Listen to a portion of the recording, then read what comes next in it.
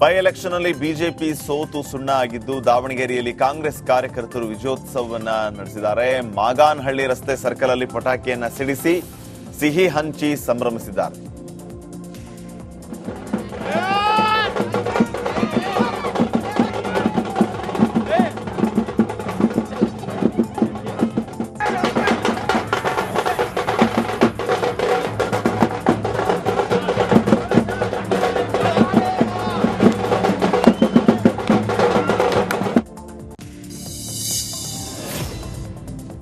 ಉಪಚುನಾವಣೆಯಲ್ಲಿ 3 ಕ್ಷೇತ್ರಗಳು ಕಾಂಗ್ರೆಸ್ ಪಾಲಾಗಿದ್ದು ಹಿರಿಯ ಕಾಂಗ್ರೆಸ್ ಶಾಸಕ ಶಾಮನೂರು ಶಿವಶಂಕರಪ್ಪ ಸಂತಸ ವ್ಯಕ್ತಪಡಿಸಿದ್ದಾರೆ.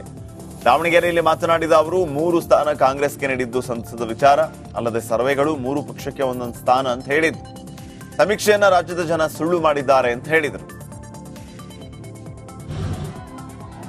ಒಂದು ಸೊಂಡೂರಿನಲ್ಲಿ, ಒಂದು ಸಿಗ್ಗಾವಿಯಲ್ಲಿ, ಚನ್ನಪಟ್ಟಣ, ಯಾಕಂದ್ರೆ 3 ಜಾಗದವರೆಗೂ ಒಳ್ಳೆ ತುರುಸಿನ ಸ್ಪರ್ಧೆ ನಡೆದಿತ್ತು. ಈ ಬೇರೆ ಬೇರೆ ವರದಿಗಾರರು ಒಂದು ಕಾಂಗ್ರೆಸ್ ಬರುತ್ತೆ, ಒಂದು ಬಿಜೆಪಿ ಬರುತ್ತೆ, ಒಂದು JDS ಬರುತ್ತೆ ಅಂತ ಸಮೀಕ್ಷೆ ಮಾಡ್ತಾ ಇದ್ರು.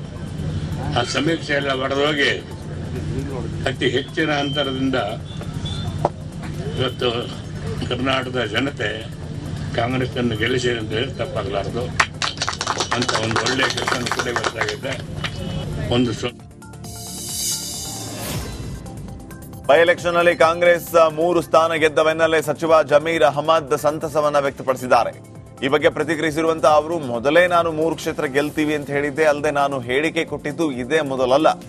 ಈ ಬಾರಿ ನಾನು ಕೊಟ್ಟಂತಹ ಹೇಳಿಕೆ ಮಾಧ್ಯಮದಲ್ಲಿ ಹೆಚ್ಚು ಸುದ್ದಿಯಾಯಿತು. ಚನ್ನಪಟ್ಟಣ ಫಲಿತಾಂಶವನ್ನ ನೋಡಿದ್ರೆ ಅದ್ಯಾವುದು ಕೂಡ ವರ್ಕೌಟ್ ಆಗಿಲ್ಲ ಅನ್ಸುತ್ತೆ ಅಂತ ಹೇಳಿದ್ದಾರೆ. ಕುಮಾರಸ್ವಾಮಿ ಅದು ಡ್ಯಾಮೇಜ್ ಆಗಿಲ್ಲ. ನಾನು ಮೊದಲೇ ಬಾರಿ ಏನು ಹೇಳಿರಲಿಲ್ಲ. ಅದು ಭಾಳ ಸತಿ ನಾನು ಹೇಳಿದ್ದೀನಿ. ನಾನು ಲೋಕಸಭಾ ಚುನಾವಣೆದಲ್ಲೂ ಹೇಳಿದ್ದೆ. ನಾನು ಅದಕ್ಕಿಂತ ಮುಂಚೆ ಬಸವ ಕಲ್ಯಾಣ ಉಪಚುನಾವಣೆದಲ್ಲೂ ನಾನು ಹೇಳಿದ್ದೆ. ನಾನು ಮುಂಚೆಯಿಂದ ಹೇಳ್ಕೊಂಡು ಬರ್ತಾ ಇದ್ದೀನಿ. ಈ ಬಾರಿ ಏನು ಮಾಡಿದ್ರು, ಮಾಧ್ಯಮದಲ್ಲಿ ಸ್ವಲ್ಪ ಹೈಲೈಟ್ ಜಾಸ್ತಿ ಮಾಡಿಕೊಂಡ್ರು. ಅದು ನಾನು ಎಲ್ಲೋ ಒಂದು ಕಡೆ ಅದು ಹೇಳಬಾರ್ದಾಗಿತ್ತು, ನಾನು ಹೇಳಿದ್ದೀನಿ ಅಂತ ನನಗೂ ಅನಿಸ್ತು. ಅದು ಏನಕ್ಕೆ ಮುಂಚೆಯಿಂದ ಕುಮಾರಸ್ವಾಮಿಗೆ ನಾನು ಹೇಳಿದ್ದೀನಿ. ನಾವು ಇಬ್ಬರು ಭಾಳ ಆತ್ಮೀಯ ಆಗಿದ್ದರು. ಅವ್ರು ನನ್ನ ಕುಳ್ಳ ಅಂತ ಕರಿತಾಯಿದ್ರು, ನಾನು ಕರಿಯ ಅಂತ ಕರಿತಾ ಇದ್ದೆ ಅಂತ ಹೇಳ್ಬಿಟ್ಟು ನಾನು ಮಾಧ್ಯಮದಲ್ಲೂ ಹೇಳಿದ್ದೀನಿ. ಅದು ಓಪನ್ ಪಬ್ಲಿಕ್ ಮೀಟಿಂಗಲ್ಲಿ ಎಲ್ಲೋ ಒಂದು ಕಡೆ ಹೇಳ್ಬಾರ್ದಾಗಿತ್ತಂತ ನನಗೂ ಒಂದು ಅನಿಸ್ತು. ಅದು ಎಲ್ಲೋ ಜನ ಬೈ ಎಲೆಕ್ಷನ್ ಫಲಿತಾಂಶ ಹೊರ ಬೀಳ್ತಾ ಇದ್ದಂತೆ ಶಾಸಕ ಶರಣು ಸಲ್ಗಾರ್ ಹೊಸ ಬಾಂಬ್ ಸಿಡಿಸಿದ್ದಾರೆ. 3 ಕ್ಷೇತ್ರದ ಮತದಾರರಿಗೆ ನಾವು ಕಾಂಗ್ರೆಸ್ ಸರ್ಕಾರ ಮಾಡಿದ್ದ ಭ್ರಷ್ಟಾಚಾರದ ಬಗ್ಗೆ ತಿಳಿಸುವುದಕ್ಕೆ ವಿಫಲರಾಗಿದ್ದೀವಿ ಅಂತ ಹೇಳಿದ್ದಾರೆ. ಆದರೂ ಇದು ನಮ್ಮ ನಿಜವಾದ ಸೋಲಲ್ಲ. ಹಗರಣಗಳು ಮಾಡಿ ಜನರಿಗೆ ಆಮಿಷ ತೋರಿಸಿದ್ದರಿಂದ ಸೋಲಾಗಿದೆ ಅಂತ ಕಾಂಗ್ರೆಸ್ ವಿರುದ್ಧ ಆಕ್ರೋಶವನ್ನ ಹೊರಹಾಕಿದ್ದಾರೆ. ಬಹುತೇಕ ಏನು ಮತದಾರರು ನಮ್ಮ ಕರ್ನಾಟಕದ 3 ಮತಕ್ಷೇತ್ರದ ಮತದಾರರಿಗೆ ಈ ರಾಜ್ಯದ ಕಾಂಗ್ರೆಸ್ ಸರ್ಕಾರದ ಏನು ಭ್ರಷ್ಟಾಚಾರದ ಆಡಳಿತದ ಬಗ್ಗೆ ಅವ್ರಿಗೆ ಹೋಗಿ ಅವ್ರ ಮನೆಗೆ ಮುಟ್ಟಿಸುವಲ್ಲಿ, ಅವ್ರ ಮನಕ್ಕೆ ಮುಟ್ಟಿಸುವಲ್ಲಿ ನಾವೆಲ್ಲೋ ಒಂದು ಕಡೆ ವಿಫಲ ಆಗಿದ್ದೇವೇನೋ ಅಂತಕ್ಕಂಥದ್ದು. ಉಪಚುನಾವಣೆಯಲ್ಲಿ ಕಾಂಗ್ರೆಸ್ ಗೆಲುವು ಬೆನ್ನಲ್ಲೇ ಹಾಸನದಲ್ಲಿ ಸಮಾವೇಶ ನಡೆಸುವುದಕ್ಕೆ ಸಿದ್ಧತೆ ನಡೆಸಲಾಗ್ತಾ ಇದೆ ಅಂತ ಸಹಕಾರ ಸಚಿವ KN ರಾಜಣ್ಣ ಹೇಳಿದ್ದಾರೆ. ಹಾಸನದಲ್ಲಿ ಸುದ್ದಿಗೋಷ್ಠಿಯಲ್ಲಿ ಮಾತನಾಡಿದ ಅವರು, ಡಿಸೆಂಬರ್ 5ನೇ ತಾರೀಕು ಹಾಸನದಲ್ಲಿ ಸಮಾವೇಶ ನಡೆಸುವುದಕ್ಕೆ ಸಿದ್ಧತೆ ಮಾಡಿದ್ದೇವೆ. ಮಾಜಿ ಪ್ರಧಾನಿ ದೇವೇಗೌಡರ ತವರೂರಲ್ಲಿ ಶಕ್ತಿ ಪ್ರದರ್ಶನಕ್ಕೆ ತಯಾರಿ ನಡೆಸಲಾಗ್ತಾ ಇದೆ ಅಂತ ಹೇಳಿದರು. ಈ ಒಂದು ಚುನಾವಣೆಯಲ್ಲಿ ನಾವು ಜಯಶೀಲರಾಗಿದ್ದೀವಲ್ಲ, ಅದರ ಒಂದು ವಿಜಯೋತ್ಸವ ಆಚರಣೆ, ಅದ್ರ ಜೊತೆಯಲ್ಲಿ ಸನ್ಮಾನ್ಯ ಸಿದ್ದರಾಮಯ್ಯನವರ ನಾಯಕತ್ವ ಮತ್ತು ಕಾಂಗ್ರೆಸ್ ಪಕ್ಷದ ಬೆಳವಣಿಗೆ ಮತ್ತು ಗಟ್ಟಿತನವನ್ನ ಮಾಡಲಿಕ್ಕೆ ಇಲ್ಲಿ ಒಂದು ಬೃಹತ್ ಸಮಾವೇಶವನ್ನ ಮಾಡಲಿಕ್ಕೆ ನಾವೆಲ್ಲರೂ ಕೂಡ ಈಗಾಗಲೇ ಚಿಂತನೆಯನ್ನು ಮಾಡಿದ್ದೇವೆ. ಇವತ್ತು ನಮ್ಮ ಪಕ್ಷದ ಇಲ್ಲಿನ ಎಲ್ಲ ಸ್ಥಳೀಯ ಸಂಸ್ಥೆಗಳಲ್ಲಿದ್ದಂಥ ಪದಾಧಿಕಾರಿಗಳು ಮತ್ತು ಕಾಂಗ್ರೆಸ್ಸಿನ ಎಲ್ಲ ಫ್ರಂಟಲ್ ಆರ್ಗನೈಸೇಷನ್ಸ್ ಮತ್ತು ಯಾರೆಲ್ಲ ಇಂದಿನ ಚುನಾವಣೆಗಳಲ್ಲಿ ಸೋತಿದ್ದಾರೆ ಅವ್ರ ಜೊತೆಯಲ್ಲಿ ಯಾರೆಲ್ಲ ಅರ್ಜಿಗಳನ್ನ ಹಾಕಿ ಚುನಾವಣೆಗಳಲ್ಲಿ ನಾವು ಭಾಗವಹಿಸಬೇಕು ಅಂತ ಅಪೇಕ್ಷೆ ವ್ಯಕ್ತಪಡಿಸಿದ್ರು ಅವ್ರನ್ನೂ ಒಳಗೊಂಡಂತೆ ನಾವು ಎಲ್ಲರನ್ನೂ ವಿಶ್ವಾಸ ತೆಗೆದುಕೊಂಡು ಒಂದು ಆದಂಥ ಒಂದು ಸಮಾವೇಶವನ್ನ 5ನೇ ತಾರೀಕು ಹಾಸನದಲ್ಲಿ ನಡೆಸಬೇಕು ಅಂತ ಇದರಲ್ಲಿ ನಮ್ಮ ಪಕ್ಷದ ಅಧ್ಯಕ್ಷ ಶಿಗ್ಗಾವಿ ಕ್ಷೇತ್ರದಲ್ಲಿ ಕಾಂಗ್ರೆಸ್ ಭರ್ಜರಿ ಗೆಲುವು ಕಂಡಿದೆ. ಸತೀಶ್ ಜಾರಕಿಹೊಳಿ 15 ದಿನಗಳ ಕಾಲ ಶಿಗ್ಗಾವಿಯಲ್ಲಿ ಉಳಿದು ಗೆಲುವಿಗೆ ತಂತ್ರವನ್ನ ರೂಪಿಸಿದ್ರು. ಗೆಲುವಿನ ಹಿನ್ನೆಲೆ ಯಾಸೀರ್ ಬೆಳಗಾವಿ ಸಂಗೊಳ್ಳಿ ರಾಯಣ್ಣ ವೃತ್ತದಲ್ಲಿರುವ ಕಾಂಗ್ರೆಸ್ ಕಚೇರಿಗೆ ಆಗಮಿಸಿ ಸಚಿವ ಜಾರಕಿಹೊಳಿ ಕಾಲಿಗೆ ನಮಸ್ಕರಿಸಿದರು. ಯಾಸೀರ್ ಆಗಮಿಸ್ತಾ ಇದ್ದಂತೆ ಕಾಂಗ್ರೆಸ್ ಕಾರ್ಯಕರ್ತರು ಪಟಾಕಿಯನ್ನ ಸಿಡಿಸಿ ಸಂಭ್ರಮಿಸಿದರು.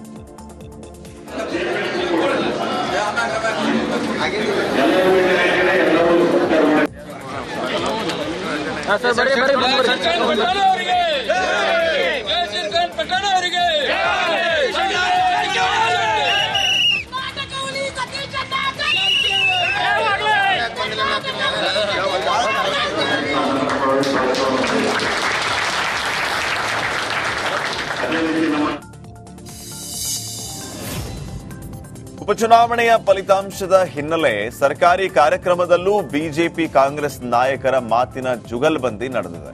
ಧಾರವಾಡದಲ್ಲಿ ಮುತ್ತಣ್ಣ ಸ್ಮಾರಕ ಪೊಲೀಸ್ ಮಕ್ಕಳ ಶಾಲೆಯ ಕಾರ್ಯಕ್ರಮದಲ್ಲಿ ಕಾಂಗ್ರೆಸ್ ಹಾಗೂ ಬಿಜೆಪಿ ನಾಯಕರು ಹಾಜರಿದ್ದರು. ವೇದಿಕೆಯ ಭಾಷಣದಲ್ಲಿಯೇ ಮಾತಿನ ಏಟು ಎದಿರೇಟು ನೀಡಿದ್ದಾರೆ. ಫಲಿತಾಂಶ ಪ್ರಸ್ತಾಪಿಸಿ ಕಾಂಗ್ರೆಸ್ ಶಾಸಕ ಕೋನ್ ರೆಡ್ಡಿ ಮಾತನಾಡಿದ್ದು, ಶಾಸಕರ ಮಾತಿಗೆ ವೇದಿಕೆಯಲ್ಲಿದ್ದ ಸಂಸದ ಪ್ರಹ್ಲಾದ್ ಜೋಶಿ ಟಾಂಗ್ ಕೊಟ್ಟಿದ್ದಾರೆ. ಪ್ರಹ್ಲಾದ್ ಜೋಶಿ ಸಾಹೇಬ್ ನೇರವಾಗಿ ಚರ್ಚೆ ಸ್ಟಾರ್ಟ್ ಮಾಡಿದ್ರು. ಆಫೀಸರ್ ಹಿಂಗ್ ಮಾಡ್ತಾರ ಹಾಗೆ ಮಾಡ್ತಾರೆ ಸರ್. ಸ್ಟಾರ್ಟ್ ಆಗ್ತಿದ್ರೆ ನಿಮ್ ಕಾಲದಾಗ ಮುಂದೆ ನಮ್ಮ ಕಾಲಕ್ಕೆ ಬಂದ್ಬಿಟ್ಟೈತಿ. ಎಲ್ಲಾರ ಕಾಲ ಸುಧಾರಣೆ ಆಗ್ಬಿಟ್ರೆ ನಾವು ಆಟೋಮೆಟಿಕ್ಲಿ ಸುಧಾರಣೆ ಆಗ್ತೈತಿ. ಏನ್ ದೊಡ್ಡ ಕೆಲಸ ಅಲ್ಲ. ಆದ್ರೆ ಅಧಿಕಾರಿಗಳು ಮಾಡೋ ತಪ್ಪಿನಿಂದ ಸರ್ಕಾರಕ್ಕೆ ಕೆಟ್ಟ ಹೆಸರುಗಳು ಬರ್ತಾವೆ. ಹಂಗಂತಾರೆ ನಮ್ಮ ಮುಖ್ಯಮಂತ್ರಿ ಉಪಮುಖ್ಯಮಂತ್ರಿ ಒಂಥರ ಡೈನಾಮಿಕ್ ಲೀಡರ್ಗಳು ಇದ್ದಂಗೆ. ಅದಕ್ಕೆ ಇವತ್ತು 3 ಜನ ನಮ್ಮ ಪರವಾಗಿ ಬಂದಾವ. ವ್ಯವಸ್ಥೆ ಹೆಂಗಿರ್ತದಂದ್ರೆ ಇವತ್ತು ರಿಸಲ್ಟ್ ಅಲ್ಟಿಮೇಟ್ಲಿ ನಾವೇ ಹೇಳಕ್ಕಾಗತ್ತೆ ಸರ್. ಮಹಾರಾಷ್ಟ್ರ ಬೇರೆ ಸರ್, ನಮ್ಮ ಕರ್ನಾಟಕ ಜನ ಯಾರೋ ಸಿದ್ದರಾಮಯ್ಯ ಹೋಗಿದ್ದಾಗ DK ಶಿವಕುಮಾರ್ ಬಂಡೆ ಇದ್ದಾಗ ಅದಕ್ಕೆ ಹಿಂಗಾಗೈತೆ ಅಂತ ಹೇಳಿ ನಿಮ್ಗೆ ನಾವು ನಮ್ಮ ಮಗು ನಾವು ಚಲೋ ಅಂತ ಹೇಳ್ಬೇಕಲ್ಲ. ನಮ್ಮ ಹಿರಿಯರು ನಮ್ಗೆ ಚಲೋ ಅಂತ ಹೇಳ್ಬೇಕು, ನಮ್ಮ ಕರ್ತವ್ಯ ಅಲ್ಲ. ಸಿದ್ದರಾಮಯ್ಯ ಸಾಹೇಬ್ರ ಮಟ್ಟ ಕರ್ನಾಟಕದ ನಿಮ್ಗೆ ಏನು ಮಾಡಕ್ಕಾಗಲ್ಲ ಸರ್. ನೀವು ಸ್ವಲ್ಪ ನಿಮ್ಮ ಬಗ್ಗೆ ಮಾಡಿದೆ, ಆ ಸಿದ್ದರಾಮಯ್ಯ ಸಾಹೇಬ್ರ ಬಗ್ಗೆ ಇಡೀ ರಾಜ್ಯ ಮಾಡಿದೆ. ನಮ್ಮ 5 ಗ್ಯಾರಂಟಿಗಳೇ ಇವತ್ತು. ಚನ್ನಪಟ್ಟಣ ಉಪಕದನದಲ್ಲಿ ಸಿಪಿ ಯೋಗೇಶ್ವರ್ ಗೆಲುವಿನ ನಗೆಯನ್ನ ಬೀರಿದ್ದಾರೆ. ಈ ಹಿನ್ನೆಲೆ ಪತ್ನಿ ಶೀಲಾ ಯೋಗೇಶ್ವರ್ ಮದ್ದೂರಿನ ಹೊಳೆ ಆಂಜನೇಯ ದೇಗುಲಕ್ಕೆ ಭೇಟಿ ನೀಡಿ ಹರಕೆಯನ್ನ ತೀರಿಸಿದ್ದಾರೆ. ಚುನಾವಣೆಯ ಪೂರ್ವದಲ್ಲಿ ದೇಗುಲಕ್ಕೆ ಭೇಟಿ ನೀಡಿ ಹರಕೆ ಕಟ್ಟಿಕೊಂಡಿದ್ದ ಸಿಪಿವೈ ಕುಟುಂಬ ಹರಕೆಯನ್ನ ತೀರಿಸಿದೆ. ದೀಪ ಹಚ್ಚುವ ಮೂಲಕ ಆಂಜನೇಯನಿಗೆ ವಿಶೇಷ ಪೂಜೆಯನ್ನ ಸಲ್ಲಿಸಿದೆ.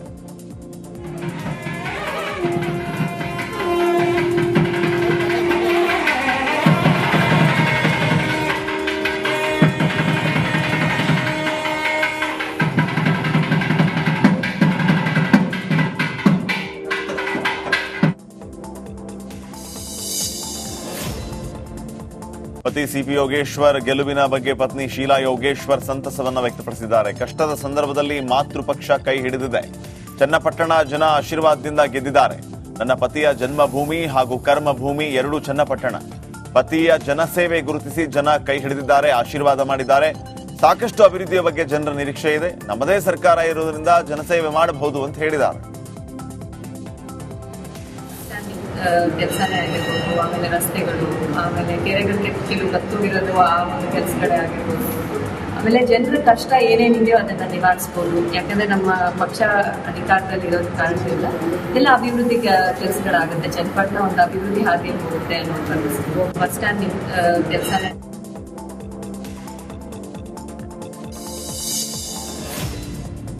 ವಿಜಯಪುರ ಜಿಲ್ಲೆಯ ಕೊಲ್ಹಾರ ಪಟ್ಟಣದಲ್ಲಿ ಬೈ ಎಲೆಕ್ಷನ್ ರಿಸಲ್ಟ್ ಕಂಡು ವ್ಯಕ್ತಿಯೊಬ್ಬ ಟಿವಿ ಬಡಿದಿರುವ ಘಟನೆ ನಡೆದಿದೆ. ರಾಜ್ಯ ಬಿಜೆಪಿ ನಾಯಕರ ನಡುವಿನ ಭಿನ್ನಮತಕ್ಕೆ ಬಿಜೆಪಿ ಕಾರ್ಯಕರ್ತ ವೀರಭದ್ರಪ್ಪ ಟಿವಿ ಬಡಿದು ಆಕ್ರೋಶವನ್ನ ಹೊರಹಾಕಿದ್ದಾರೆ. ಮೊದಲು ಬಿಜೆಪಿ ವರಿಷ್ಠರು ಬಿಜೆಪಿ ನಾಯಕರು ಮತ್ತು ಮುಖಂಡರನ್ನ ಕರೆಸಿ ಸಭೆ ಮಾಡಿ ಅಂತ ಹೇಳಿದರು. ಇನ್ನು ಬಿಜೆಪಿ 3 ಕ್ಷೇತ್ರಗಳಲ್ಲೂ ಸೋತಿದ್ದಕ್ಕೆ ಬೇಸರವನ್ನ ವ್ಯಕ್ತಪಡಿಸಿದರು.